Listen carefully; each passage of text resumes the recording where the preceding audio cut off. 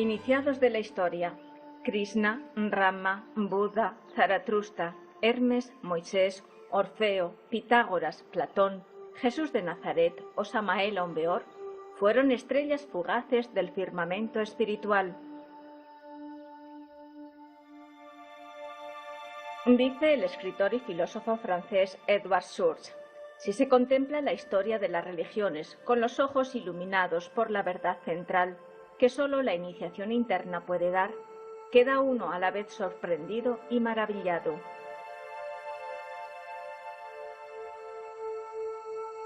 La iniciación es un complejo proceso que conduce al hombre a alcanzar su propio centro, para remontar a las cumbres del ser. Es también una peregrinación que hace fundir al cielo y a la tierra en una encrucijada para el alma.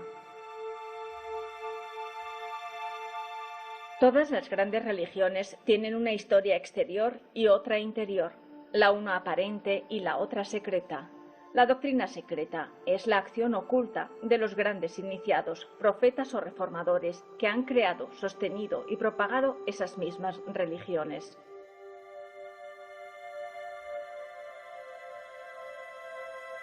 Ellas se prosiguen en el fondo de los templos, en las cofradías secretas, y sus dramas se desenvuelven por entero en el alma de los grandes profetas.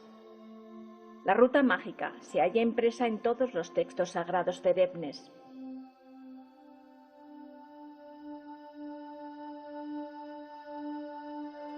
La iniciación trata de hacer vivir al alma la presencia, esencia y potencia de Dios, despertándola a la realidad suprema.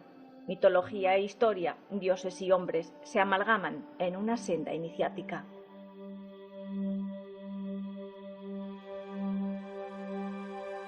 Para los arios, el esoterismo se halla en los Vedas, de la mano de Buda, Rama o Krishna.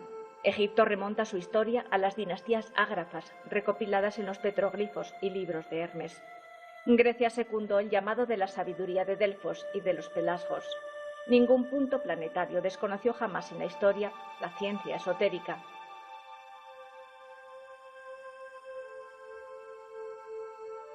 La tradición oculta de Israel contiene elementos afines a Egipto, Caldea y Persia, pero tiene su gran peculiaridad en la Cábala, expresada en el Zohar y en el Sefer Yesira.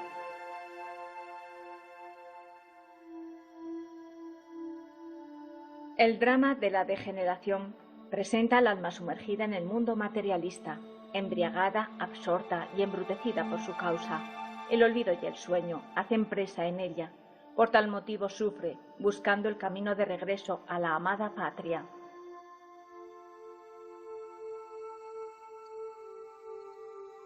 La creación es eterna y continua como la vida. El microcosmos hombre es ternario por su constitución, espíritu, alma y cuerpo, imagen y espejo del macrocosmos. La gnosis, o mística racional de todos los tiempos, es el arte de encontrar a Dios en sí mismo, desarrollando las profundidades ocultas, las facultades latentes en la conciencia. Hoy, ni la Iglesia aprisionada en su dogma, ni la ciencia encerrada en la materia, saben hacer hombres completos. Como al hijo pródigo del Evangelio, la nostalgia embarga el alma del hombre que busca su fuente y su origen primordial.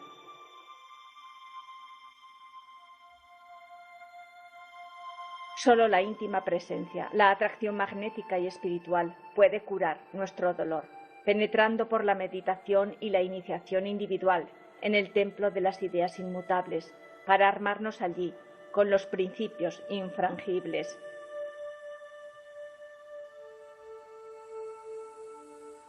Dice un himno védico: oh Agni, fuego sagrado, fuego purificador, tú que duermes en el leño y subes en llamas brillantes sobre el altar.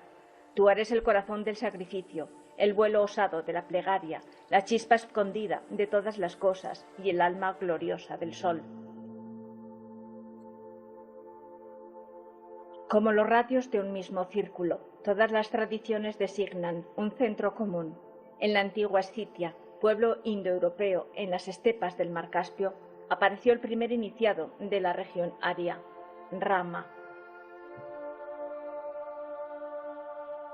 Rama fue un sacerdote de recogido y profundo espíritu, con grandes aptitudes en astronomía y medicina herbolaria.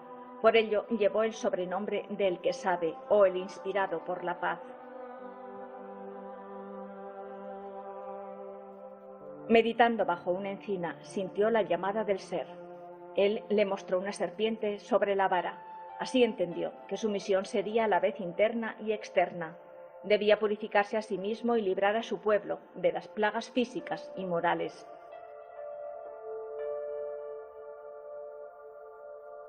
Entrar en la vía iniciática supone un viraje completo, la gran revolución. Este entrar impone la decisión definitiva de ponerse al servicio de la trascendencia, lo que implica sacrificar todo lo que lo impida. Espíritu maravilloso, exclamó Rama, ¿quién eres? Me llaman Deva Nagosha, la inteligencia divina. Tú difundirás mi radiación sobre la tierra y siempre te socorreré. Deberás luchar contra el jabalí, el toro y demás bestias, y para ello te concedo el fuego del Espíritu Divino.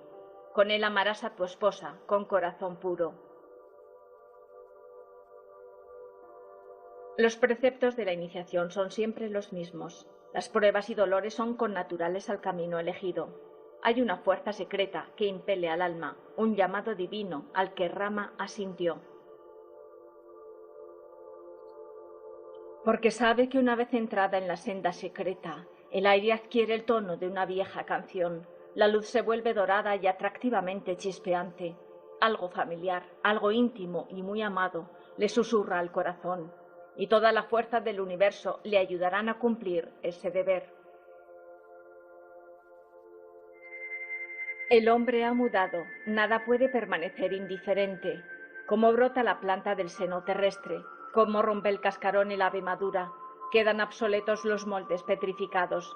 No quiero el poder supremo que me ofrecéis, dijo Rama a los reyes y políticos, retirándose al monte Albori a orar.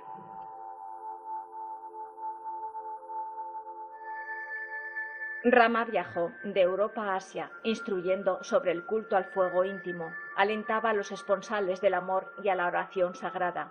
Adoptó el símbolo del carnero de Ra. Se hizo sabio, penetrando en los pensamientos, en la sanación, en la paz y en la fuerza.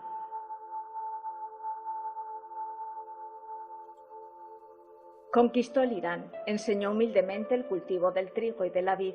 Creó castas sacerdotales y guerreras, prohibiendo la esclavitud. Practicó una política teocrática, equiparando los derechos entre los sexos, con justicia y con equidad. Por su fuerza, genio y bondad, fue amado en Ceilán, disfrutando de la magnificencia de una tierra poblada de elefantes, tigres y gacelas. Sus milagros fueron aclamados. Como el posterior Moisés, hizo brotar un manantial en el desierto, y como el Nazareno supo arrojar a los profanadores del templo. Rama de viejo se retiró del mundanal bullicio, pero siguió instruyendo a sus íntimos y velando por la humanidad. El hijo de Indra y Varuna hizo del sol sus ojos, del cielo sus vestidos y del huracán su soplo, para residir en el palacio de las 1000 puertas, silente como la huella de los pájaros. Desde allí mantiene la flama del universo. Dice el libro de la sabiduría que la creación entera espera con ansia la manifestación de los hijos de Dios. La sucesión de estos a través de los tiempos es una necesidad para la humanidad. Tras Rama, sus hazañas se siguen adorando en los Vedas.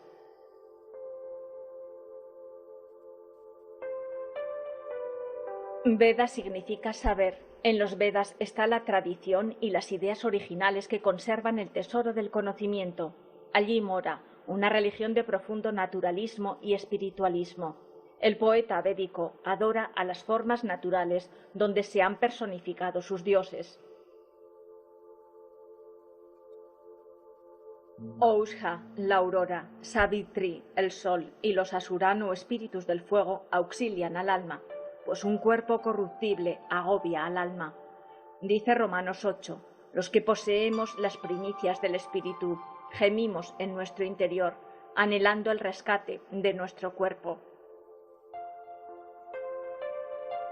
En la línea iniciática aria, el sucesor es Krishna, otro enviado divino que logró cristalizar al Cristo íntimo y renovar los principios perennes. Cuando el hombre degenera, los hijos de Dios lo salvan una y otra vez.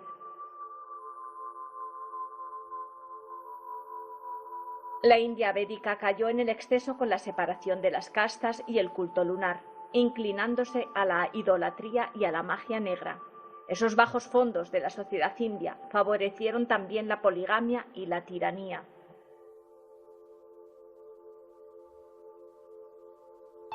Ascetas y anacoretas habitaban en las ermitas y fondos de las selvas, esperando el retorno de Dios. Dichosas las gentes que obtienen su bendición, pues tendrán a los devas por amigos.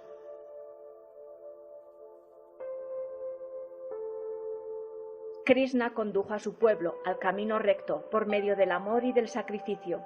Brilló como un sol, disipando toda oscuridad. Después de Krishna hay como una poderosa irradiación del verbo solar a través de los tiempos de Asia, África y Europa.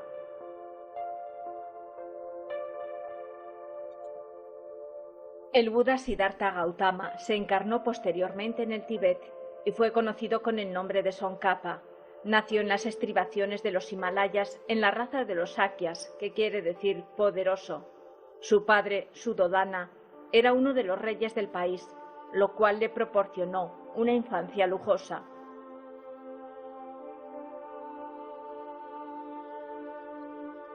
Fue un niño meditabundo y reflexivo. Sus preguntas eran esquivadas por miedo a aumentar sus precoces inquietudes.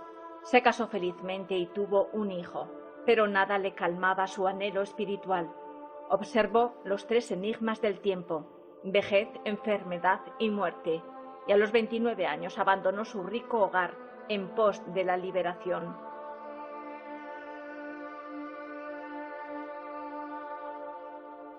Por experiencia dolorosa, comprendió el camino iniciático e instruyó a ascetas jainos y vino a darse cuenta de que la raíz del dolor está en la ignorancia. Esta vida, decía, es el efecto de la anterior. Ambiciones, fracasos y deseos que pugnan por realizarse. La próxima vida estará en relación con esos deseos proyectados hacia el futuro, y el deseo es continuamente alimentado por nuestros vicios.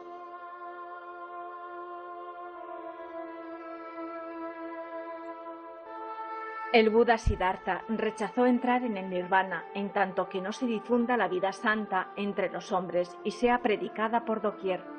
Primero en Benares, luego los brahmanes de Uruvela, los pobres, los ricos o los reyes, todos pedían su consejo. Su vida de predicación duró más de 40 años.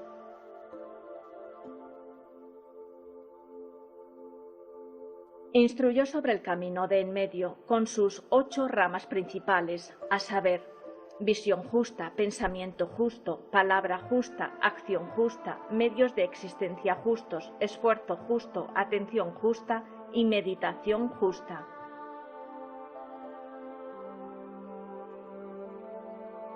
El Buda Gautama murió anciano en Beluga, con 80 años. Sus claves fueron Panna, que es el estudio de la doctrina y el pensamiento lógico; Sila, que es la resistencia a la ignorancia del deseo por medio del pensamiento, sentimiento y acción justa; y Samadhi, que resume las normas de la meditación.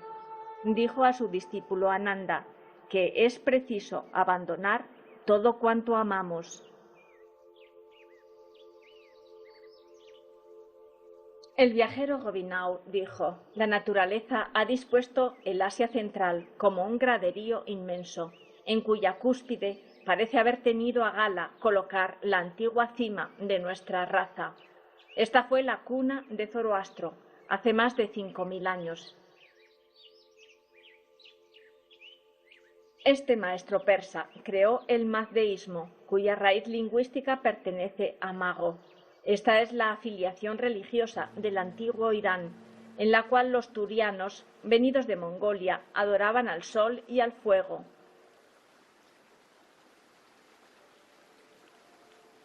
Admitían además a los 2 eternos principios, el bien como Ormuzd, Dios creador, y el mal como Arjimán, príncipe de las potencias del mal.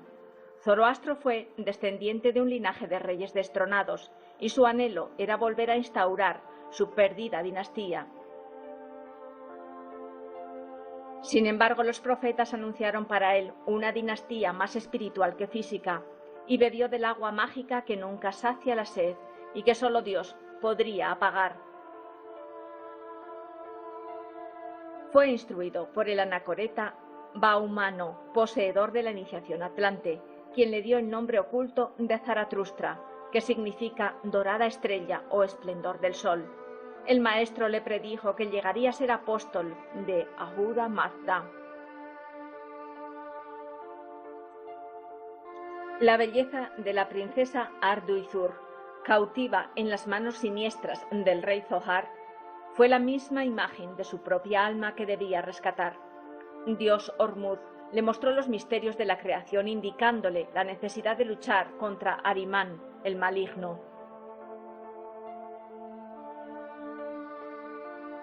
El libro sagrado del Zen Avesta es una recopilación de estas enseñanzas, como un largo discurso de las revelaciones entre el Supremo y el iniciado, que permaneció 10 años como anacoreta, superándose a sí mismo. Ormuzd era pacífico, pero le exigía valor para afrontar el deber.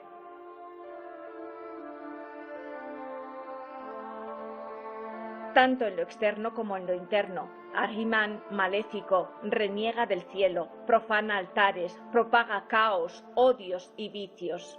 Pero Zaratustra asumió su deber y blanqueó a Azur, su Lucifer interior, apresado en el abismo.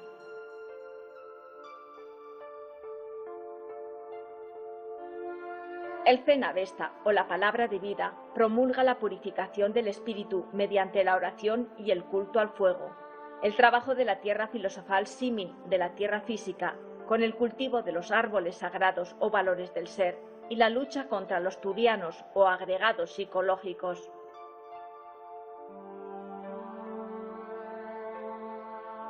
Si así se procede, el trono real estará presto para acatar el reinado espiritual. Un león y un toro soportan el sitial, un águila y un querubín sostienen las columnas de la sabiduría y del amor. Zoroastro logró salvar de la tiranía a su pueblo e instaurar el culto solar en otras tierras. Un iniciado sabe que el destino de la humanidad recorre los ciclos que la naturaleza le impone. Sin embargo, aunque dé la vida por ella, su misión concluye en el espacio y en el tiempo. Entonces es merecedor del galardón. Brilla entonces la justicia de Ormuzd y te aguarda el ángel de la victoria en la resurrección. Arrebatada de su cuerpo ascendió su alma para encontrarse con Ardiziur, su alma divina, que le decía: fui sombra que te visitaba, tus plegarias, súplicas y lágrimas me elevaron poco a poco del reino de Ahriman. Y sobre el incienso de tu amor he ascendido y me he aproximado al esplendor de Ormuzd. Por fin vamos a beber en la copa de la vida inmortal, en la fuente de luz. Fue Zaratustra un águila humana que contempló de frente al sol.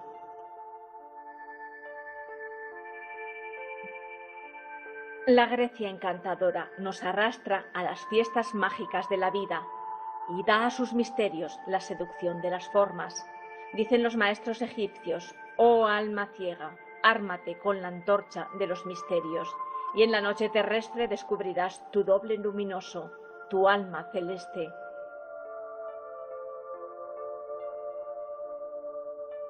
La generación de dioses que habitaron los cielos olímpicos y la tierra en la Edad de Oro regaron una estela luminosa aún brillante en el Kali Yuga. Esta estela, cristalizada en los iniciados, dice: sigue ese camino, guía, que él sea tu genio, porque él tiene la clave de tus existencias.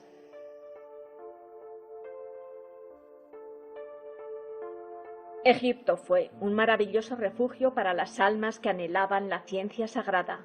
Los mismos dioses la habitaron y los sacerdotes cultivaron con tesón la vía secreta de la iniciación.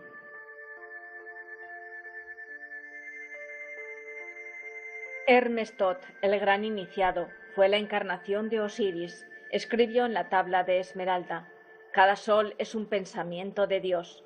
Para conocer el pensamiento divino, oh almas, es para lo que bajáis y subís penosamente el camino de los 7 planetas y de sus 7 cielos.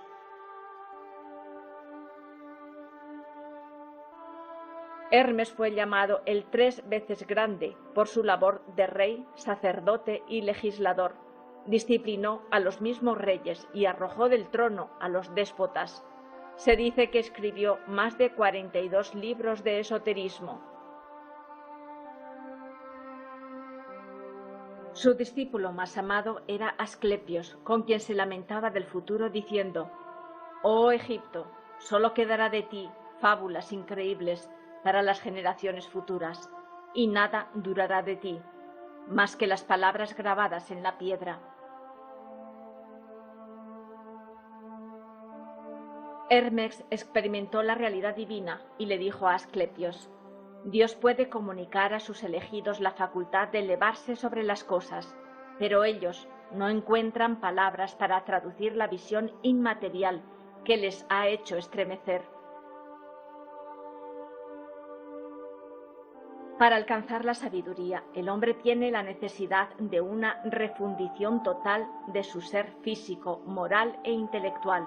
Mas esa refundición solo es posible por el ejercicio simultáneo de la voluntad, de la intuición y del razonamiento.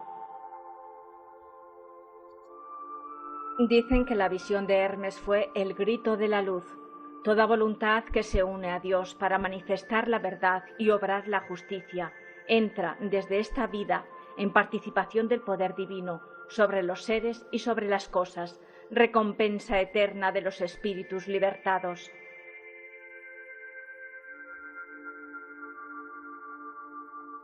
Sabemos por el maestro Samael Aumbeor que solo quien logra vencer a sus demonios internos es capaz de ayudar, comprender y dirigir a otros.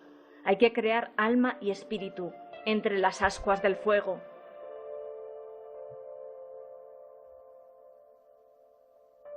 En los misterios egipcios, el aspirante, tras pasar todas las pruebas que le imponía la maestría, decía: «Yo resucito como un dios vivo e irradio en el coro de los dioses que habitan en el cielo». Entonces quedaba agregado al templo y si era extranjero se le permitía volver a su país para cumplir su misión. También Moisés heredó la ciencia sagrada de los iniciados egipcios. Fue criado por la hermana de Ramsés II entre los templos, de modo que nada había velado para él.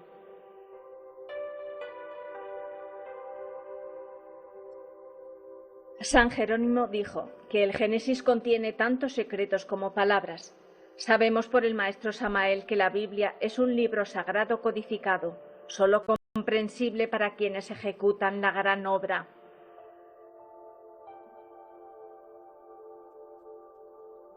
En la Biblia están contenidas las claves y principios religiosos del mundo. Moisés recapituló en ella el pasado heroico del pueblo hebreo. Fue su alto iniciado y profeta, que trasladó la antorcha de los misterios desde Egipto a Israel.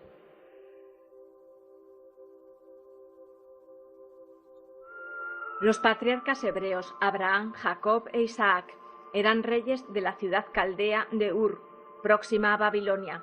La leyenda de Israel los agrupó en una sola familia, cuando en realidad fueron jefes de diversos pueblos y épocas distintas.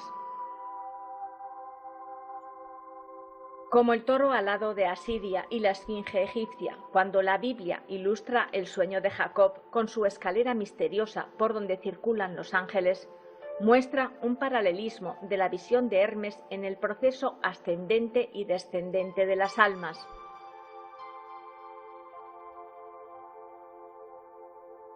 A Moisés le correspondió portar la llameante luz del Sinaí y del Horeb. Su espíritu recto, inflexible, tímido y silencioso era enigmático. El llamado de la justicia acudió a su corazón al ver al pueblo hebreo oprimido.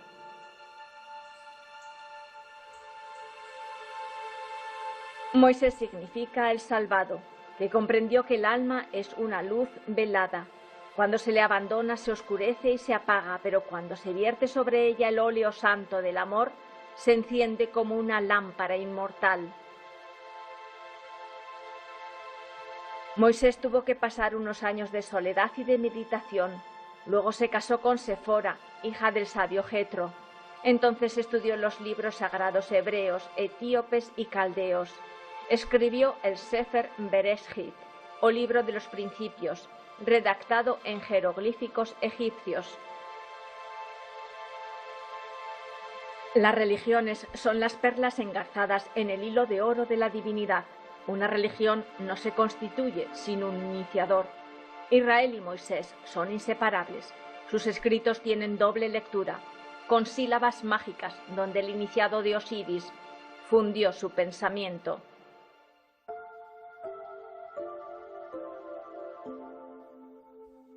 He aquí la lengua sagrada de la Cábala. En el silencio interior Moisés escucha la voz de Dios. Ve hacia el orbe, y atravesando valles y barrancos halló una caverna. El suelo ardía bajo él, y el ángel le conjuró diciendo: «Descálzate». Y fue armado con espada de fuego, y allí fue su iniciación.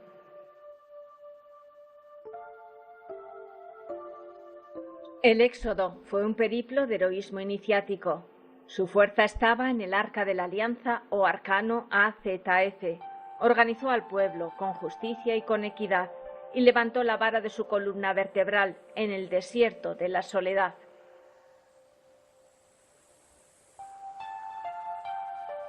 Soportando la incomprensión, calumnias, conspiraciones y hasta traiciones, como todos los iniciados, grabó la ley divina en su piedra filosofal. Habló en cábala numérica a los 70 ancianos protectores del arca y destruyó la idolatría.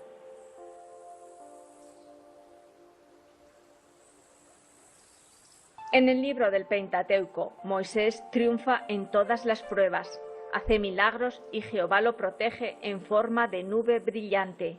Practica la justicia, representando a la misericordia y a la prudencia. Fenómenos extraños le acompañaron siempre. Dominó a los magos y los superó. Condujo al pueblo a la tierra prometida. Designó a su sucesor. Bendijo a las 12 tribus, símil de las constelaciones, y se retiró a disfrutar de la morada de la paz en el monte Nebo.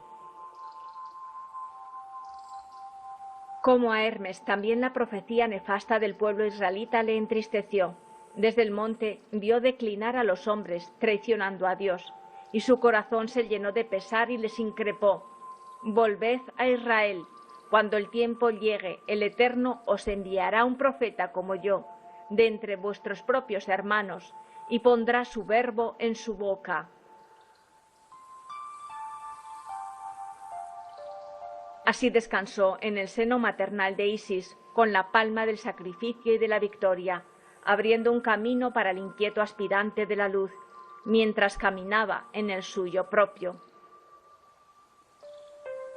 Orfeo cantó a Isis en el santuario de Apolo. Tanto externa como internamente su melodía particular, amorosa y dulce, mereció el mismo título que Zoroastro. Apolo fue hijo de Zeus. Su nombre en el cielo era Febo, por conducir el carro del sol. Era la personificación del sol y enemigo de los crímenes de la oscuridad. Orfeo fue su amado hijo que heredó el arte de la música y la poesía de sus padres.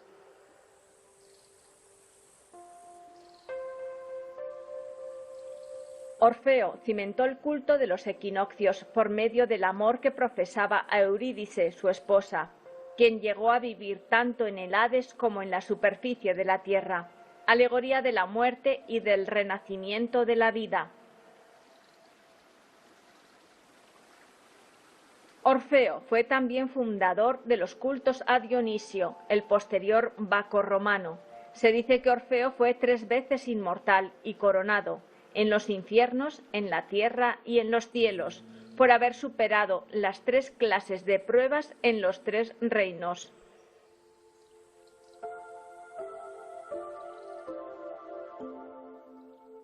Las diosas griegas eran adoradas en las acrópolis como fuerzas poderosas que velan por sus hijos. Juno, Artemisa, Perséfone o la misma Eurídice se encarnaron en las sacerdotisas de los templos.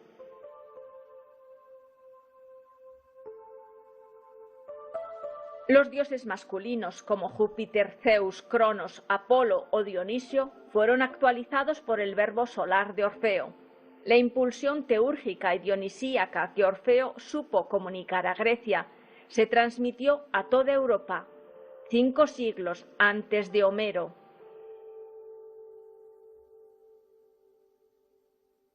Los cultos solares y lunares estaban en lucha, declinando la pureza del culto ancestral.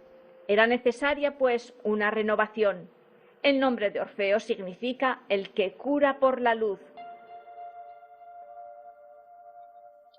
Fue pontífice de Tracia por la creación de los misterios, consolidando el alma religiosa con su patria. Fue sacerdote de Zeus, fundiendo la religión con el culto de Dionisio, y fue consagrado hierofante en los misterios egipcios de Menfis.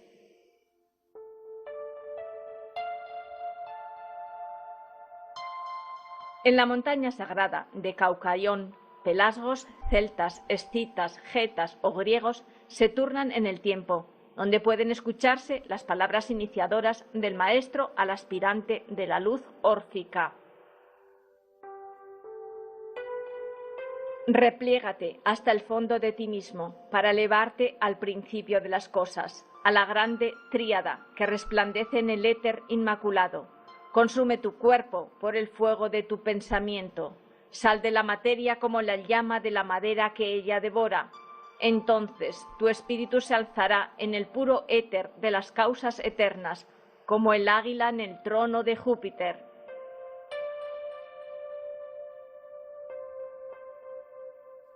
Entre los numerosos libros atribuidos a Orfeo destacan los Argonautas, la de Treida, madre de los dioses, Cosmogonía, cantos sagrados de Baco, Teogonía o misterios iniciáticos, el velo o la red de las almas, el libro de las mutaciones, de alquimia, los coribantos y la anemoscopia sobre botánica y biosfera.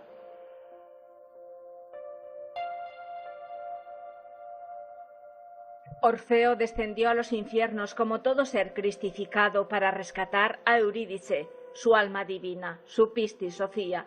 Triunfó de la muerte con su vida en las cavernas de Samotracia. Su lira inmortal seguirá inspirando en aras del amor divino.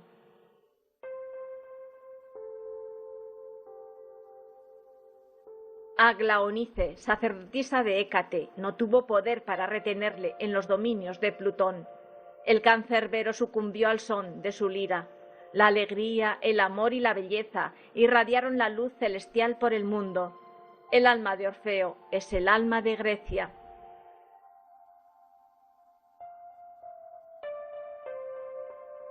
Los misterios de Eleusis custodiaron el drama iniciático. Ellos se celebraron sin cambios sustanciales durante 2000 años. Sófocles dijo: 3 veces dichosos los mortales que después de contemplar los misterios marcharán al Hades. Solo ellos podrán vivir allí, mientras que todo será dolor para los restantes. Conócete a ti mismo y conocerás al universo y a los dioses. El número, peso y medida son las varas de Dios. Así lo entendió Pitágoras hace casi 500 años antes de nuestra era. El legislador Solón, los filósofos Tales y Píndalo trasladaron la filosofía de Orfeo a la inteligencia laica. Pitágoras fue hijo de un rico comerciante. Cuando tuvo 1 año, su madre, Partemis, guiada por los sacerdotes de Delfos, lo presentó en el templo de Adonai. A los 8 años conocía los principios físicos de Hermodamas y a los 20 la ciencia de Pericles y Anaximandro.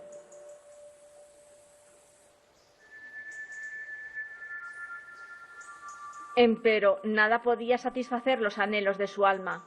Él decía: el ensueño, el sueño y el éxtasis son las 3 puertas abiertas al más allá. El número es la ley del universo, la unidad es la ley de Dios.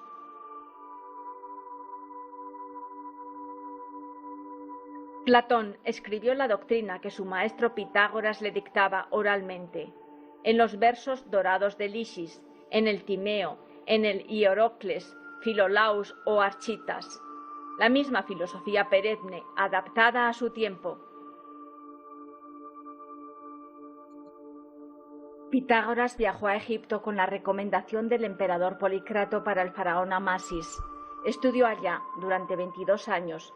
Vio al déspota rey persa Cambises invadir la tierra sagrada de los faraones, quien expatrió a los sacerdotes a Babilonia, y con ellos se fue también Pitágoras. Estudió la doctrina de Zoroastro y el culto a Mitra durante 12 años, hasta que Demócenes, médico del rey persa, intercedió por él para que le concediera la libertad, y regresó a Samos después de 34 años de exilio.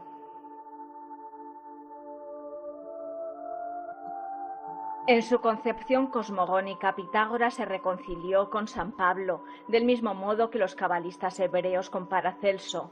Adoctrinó en los templos griegos, especialmente en el de Delfos. Luego pasó a Crotona, una floreciente ciudad italiana, donde fundó una escuela.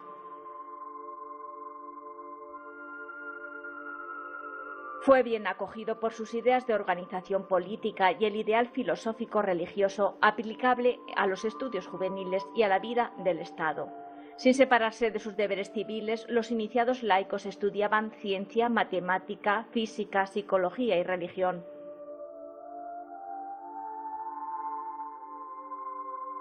De sus cimientos nació el Instituto Pitagórico. La mansión tenía vastos pórticos, jardines, aulas para hombres y para mujeres. Era muy exigente la admisión de novicios. Él decía que no toda la madera sirve para hacer mercurio. Las pruebas iniciáticas eran muy duras.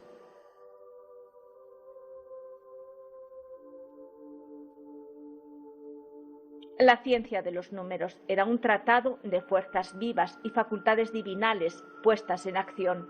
La tétrada sagrada, inmenso y puro símbolo, fuente de la natura, modelo de los dioses, da a los inmortales el culto consagrado y guarda firme su fe.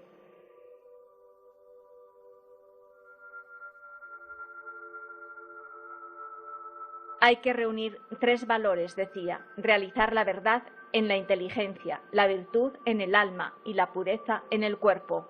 Habló del trabajo alquímico entre el hombre y la mujer. Se casó con casi 60 años, con una sacerdotisa de Teano, con quien tuvo 2 hijos que siguieron su obra. Cuando un novicio salía voluntariamente del instituto para continuar su vida vulgar, o cuando un discípulo había traicionado un secreto de la doctrina, los iniciados le elevaban una tumba en el recinto, como si hubiera muerto, y el maestro decía: «Está más muerto que los muertos, puesto que ha vuelto a la mala vida. Su cuerpo se pasea por entre los hombres, pero su alma ha muerto. Llorémosla».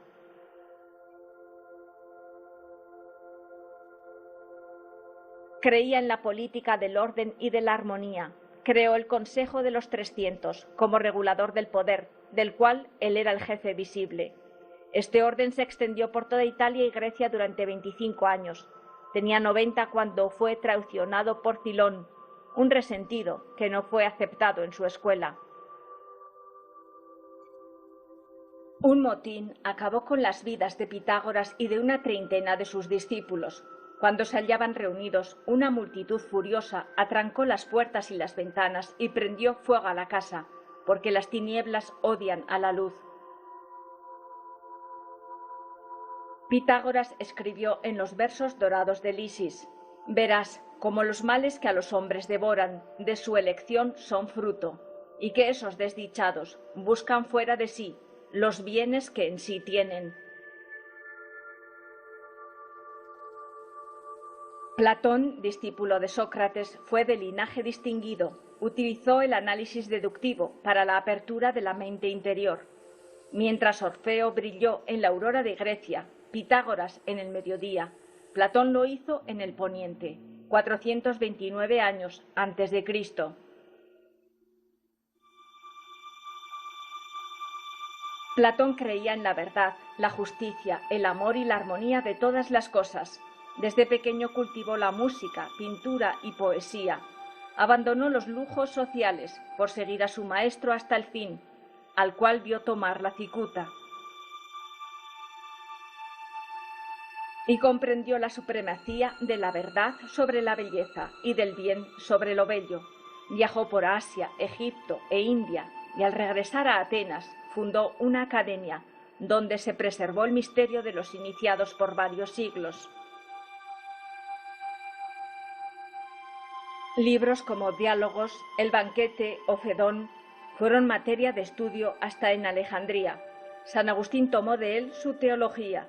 Los Medicis en Florencia abrieron una academia con su nombre. En Píndalo dice: en el cielo aprender es ver, en la tierra es acordarse. Eros, Perséfone o Deméter fueron símbolos aleccionadores del proceso del alma en búsqueda. Luz o tinieblas, como maestras del hombre, que dichoso conoció los misterios, pues él conoce la fuente y el fin de la vida.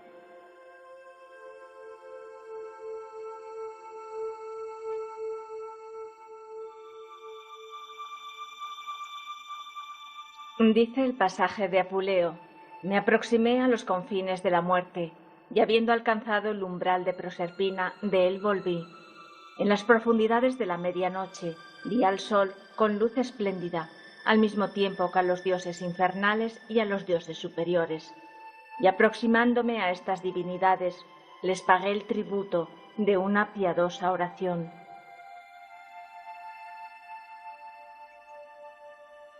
El advenimiento del Hijo del Hombre será como un relámpago que sale del oriente y va hacia el occidente. Yeshua ben Pandira o Jesús de Nazaret fue el primer iniciado del Kali Yuga, abriendo la era de Piscis.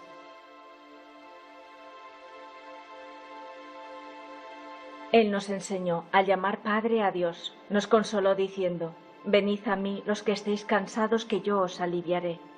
El Mesías anunciado por los profetas llegó a Israel para sacarlo de su naufragio.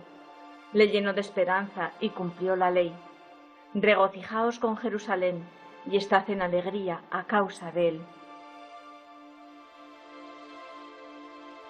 Fue el llamado Nazareno por su nariz aguileña. Su cabello era largo, pues los esenios no acostumbraban a cortárselo, como signo de castidad. Su madre lo consagró desde niño y bajo su mirada creció en fuerza, gracia, sabiduría y amor.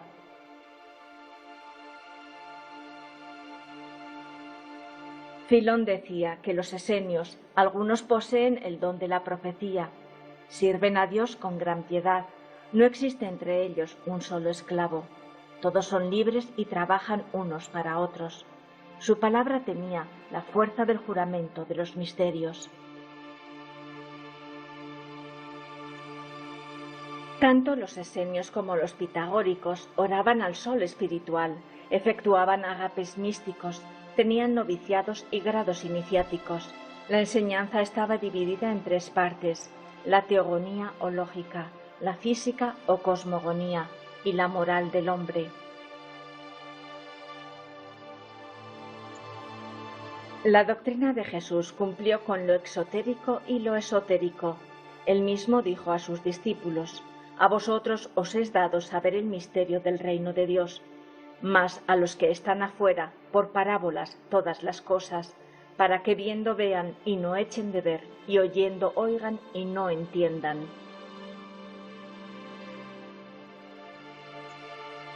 Se sabe que Jesús de Nazaret viajó mucho en su proceso preparatorio, por las playas del Mar Muerto, por Egipto y sus santuarios iniciáticos, o por el Tibet y el Shambhala, en donde aprendió la lengua ritualística maya y la sabiduría atlante.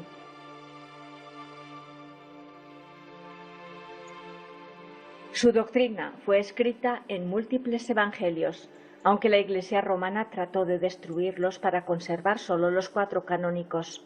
Hoy, gracias a la arqueología, se han descubierto esos testigos ocultos del saber, que son los llamados evangelios apócrifos.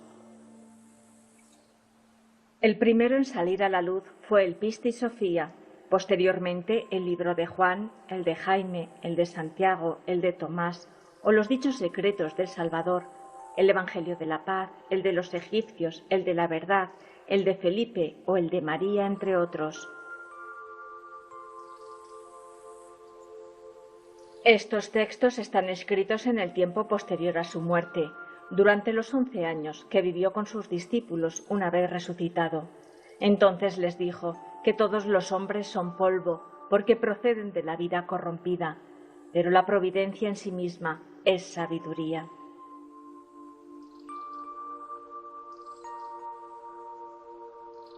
Y añadió: todo lo que os conviene saber y a todos los que son dignos de conocer os será dado, como a todos aquellos que no fueron engendrados por las semillas de un impuro frotamiento.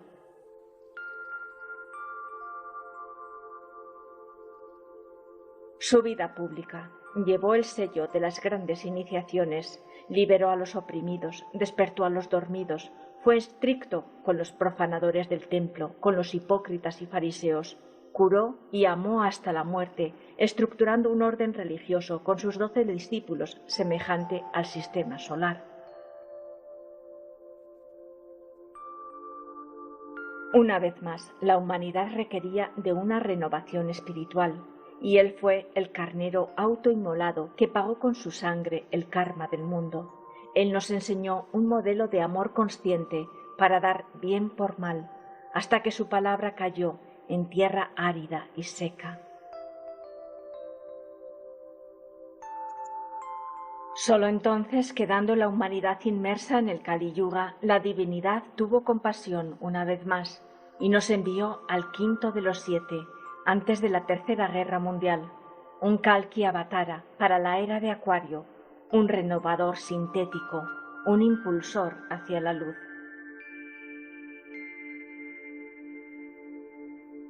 El arcángel de Marte es Samael Aun Beor, dios de los ejércitos, príncipe de los volcanes y de los terremotos, es el Verbo de Dios, con poder sobre los cielos y sobre los infiernos.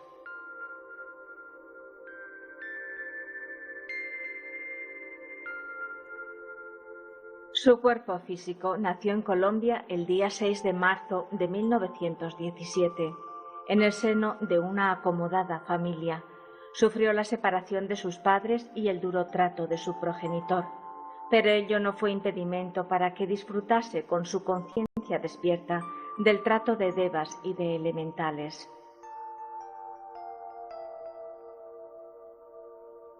Precozmente, a los 12 años, en reuniones y bibliotecas, ya era un investigador nato del esoterismo, y a los 18 años ingresó en la Escuela Rosacruz del maestro Krumheller.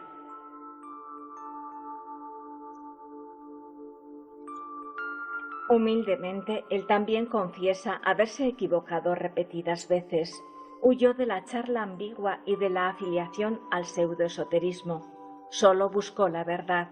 Entre una juventud ardiente buscó la vida asceta a orillas del mar Caribe con su esposa, donde logró las iniciaciones tercera, cuarta y quinta.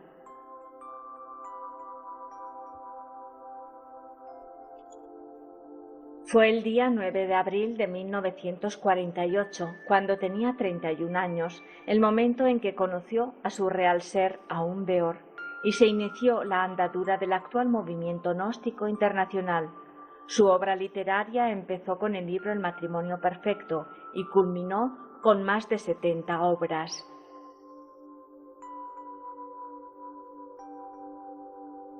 Como todo gran iniciado, fue perseguido, calumniado y rechazado, porque las tinieblas no aceptan a la luz. Igual que las criptas iniciáticas, el Santuarium Sumum Supremum de la Sierra Nevada de Santa Marta en Colombia cumplió la labor de expandir la luz.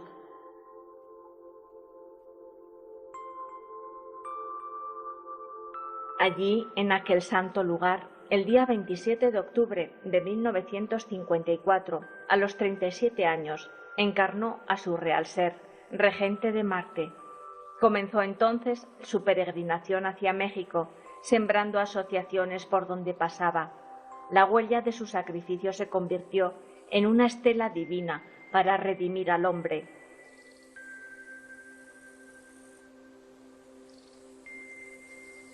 porque el Verbo nuevamente se hizo carne para habitar entre nosotros. Él llegó para curar a los enfermos, para auxiliar a los perdidos, para devolver la esperanza al hijo pródigo y para instaurar la rebeldía psicológica.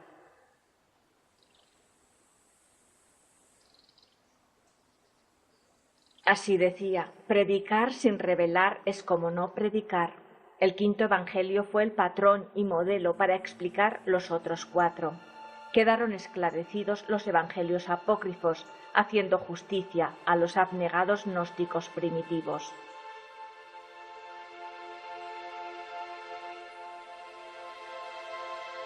Los misterios del fuego, del sexo, de la muerte psicológica y del sacrificio iniciático fueron explicados con total nitidez. Era fuerte y creó para sí mismo otros reinos por medio de una llama brillante de fuego que todavía existe.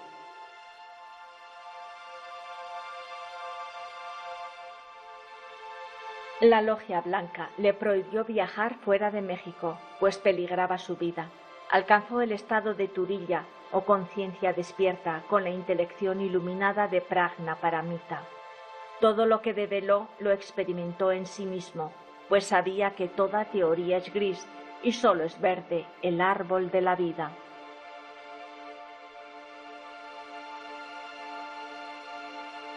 Desencarnó el 24 de diciembre de 1977, a los 60 años, habiendo cumplido con 2 de las 3 montañas, y prometió: «Me voy, pero regresaré.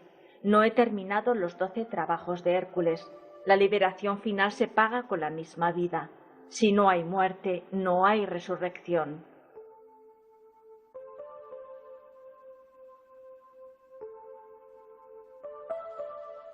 Si quiero entrar a la Eón 13, al absoluto, necesito que en toda la hermandad gnóstica no corra ni una sola lágrima por sus mejillas. También tendré que regresar porque llevaré a toda la humanidad al éxodo.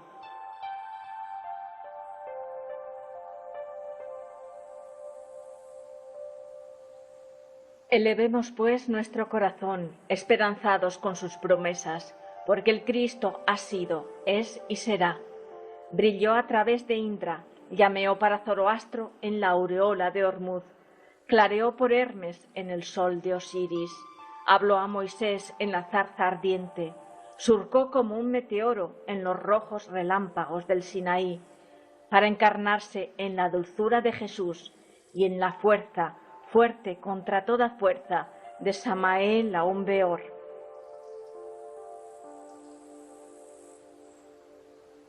Con la frente hacia lo alto, adorad al Señor. Escuchad su palabra de místico son.